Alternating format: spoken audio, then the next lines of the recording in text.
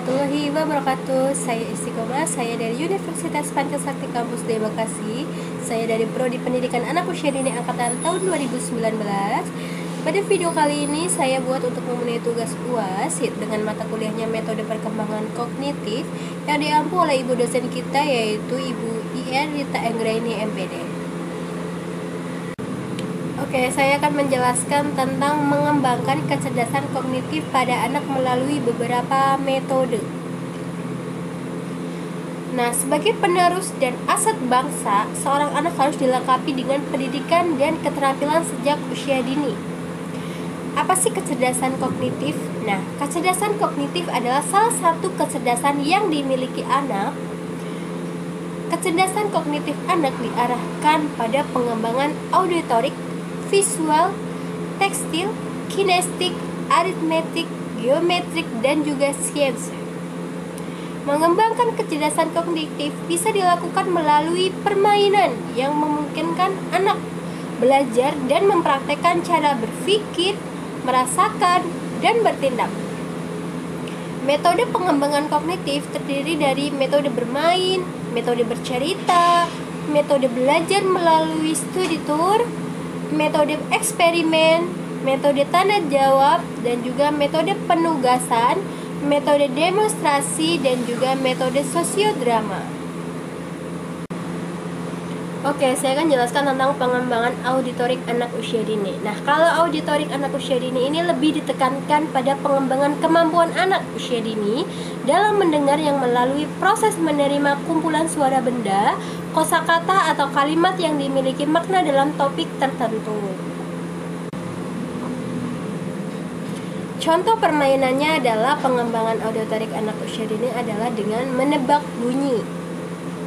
Nah, yang kedua ada pengembangan visual anak usia dini. Nah, apa sih?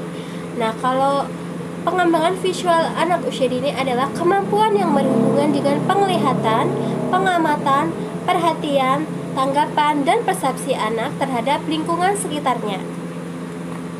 Dan yang ketiga ada pengembangan taktil anak usia dini, yaitu kemampuan yang berhubungan dengan indera peraba atau tekstur anak usia dini. Yang keempat adalah pengembangan kinestik anak usia dini, yaitu kemampuan yang berhubungan dengan kelancaran gerak tangan atau keterampilan motorik halus anak usia dini yang mempengaruhi kognitif. Dan yang kelima ada pengembangan aritmatika anak usia dini, ini diarahkan untuk kemampuan matematikanya. Dan yang keenam ada pengembangan geometri anak usia dini, yaitu kemampuan yang berhubungan dengan konsep bentuk dan ukuran. Dan yang ketujuh ada pengembangan sains permulaan anak usia dini, yaitu kemampuan yang berhubungan dengan berbagai percobaan atau demonstrasi sebagai suatu pendekatan secara saintifik atau logis. Ada jenis metode bermain untuk mengembangkan kognitif anak usia dini. Nah, kalau aktivitas bermain ini berfungsi untuk meningkatkan kemampuan kognitif si anak. Nah, keterlibatan kognitif dalam kegiatan bermain ini bergerak dalam perlibatan kemampuan kognitif. Secara sederhana adalah kemampuan kognitif yang lebih tinggi. Adapun jenis-jenisnya bermain adalah yang pertama adalah bermain konstruktif. Nah, kalau bermain konstruktif ini kita bisa melakukan dengan anak dengan jalan menyusun balok-balok kecil menjadi satu bangunan seperti rumah, menara, dan sebagainya. Nah, di samping itu, di dalam kegiatan bermain ini anak melatih gerakan motorik halus. Nah, hal ini terlihat pada waktu dia menggunakan jari-jarinya yang menyusun balok-balok agar tidak jatuh pada waktu yang bersamaan. Nah, anak juga mengoperasikan kemampuan kognitifnya untuk memikirkan agar baloknya tidak jatuh dan memilih balok-balok yang tepat untuk dijadikan bangunan seperti yang mereka inginkan. Nah, aktivitas bermain ini terutama dilakukan oleh anak-anak usia 3-5 tahun. Dan yang kedua ada bermain untuk pengembangan kemampuan dasar IPA. Nah, jenis bermain ini ditujukan untuk mengembangkan kemampuan dasar IPA di taman kanak-kanak. Oleh sebab itu, permainan ini syarat dengan kegiatan yang berkaitan dengan aktivitas kognitif, misalnya kegiatan dalam melakukan pengamatan penyelidikan, kegiatan dalam mendapatkan penemuan, dan mengklarifikasi objek dan peristiwa yang berkaitan dengan IPA.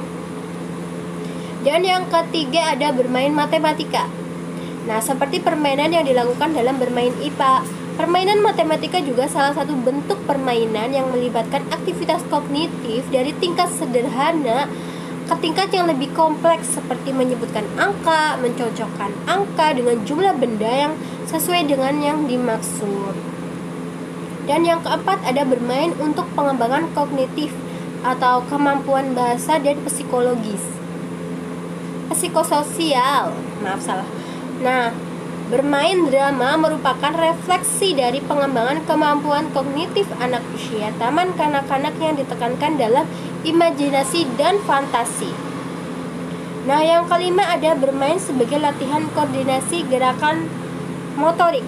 Nah, bermain sebagai latihan untuk meningkatkan keterampilan dalam mengkoordinasi gerakan motorik, baik motorik kasar maupun motorik halus, disebut bermain sebagai sarana latihan. Nah, kalau kayak gitu berarti kita bisa lihat dari aktivitas mereka dengan melakukan gerakan motorik secara berulang-ulang seperti naik sepeda, berlari, memanjat gitu. Nah, walaupun kegiatan bermain ini lebih ditekankan pada pengembangan koordinasi gerakan motorik, akan tetapi kegiatan bermain ini secara bersama juga mengembangkan kemampuan kognitif si anak. Nah, yang keenam ada bermain formal. Nah, bermain formal dilakukan anak pada waktu ia melakukan permainan yang bersifat pertandingan atau perlombaan. Kegiatan bermain ini telah memiliki aturan, struktur, dan tujuan. Misalnya bermain untuk menang, seperti yang terjadi pada waktu anak bermain kelereng, sepak bola, dan lainnya. Nah, sekarang kita belajar ke metode bercerita. Nah, metode bercerita merupakan salah satu pemberian pengalaman belajar bagi anak dengan membawakan cerita kepada anak secara lisan. Dan juga ada metode karya wisata. Nah, merupakan salah satu metode melaksanakan kegiatan pengajaran di taman kanak-kanak dengan cara mengamati dunia sesuai dengan kenyataan yang ada secara langsung, meliputi manusia, hewan, tumbuh-tumbuhan, dan juga benda lainnya. Dan yang kelima ada metode eksperimen, yaitu percobaan tentang sesuatu. Dan yang keenam ada metode tanya jawab, merupakan salah satu strategi pembelajaran yang dapat memberikan pengalaman belajar bagi anak. Dan yang ketujuh ada pemberian tugas, yaitu metode yang memberikan kesempatan kepada anak melaksanakan tugas berdasarkan petunjuk langsung dari guru apa yang harus dia kerjakan, sehingga anak dapat memahami tugasnya secara nyata agar dapat dilaksanakan secara tuntas. Yang kedelapan ada metode demonstrasi, yaitu metode mengajar dengan cara memperagakan barang, kejadian, aturan, atau urutan melakukan suatu kegiatan, baik secara langsung maupun penggunaan media pengajaran yang relevan dengan pokok bahasa atau materi yang sedang disajikan. Yang kesembilan ada metode mengucap syair, yaitu suatu cara menyampaikan sesuatu melalui syair yang menarik yang dibuat guru untuk sesuatu agar dapat dipahami oleh si anak. Yang kesepuluh ada metode sosiodrama, yaitu teknik yang digunakan untuk mengekspresikan berbagai jenis perasaan yang menekankan melalui suatu suasana yang didramatisasikan sehingga dapat secara bebas mengungkapkan dirinya sendiri secara lisan.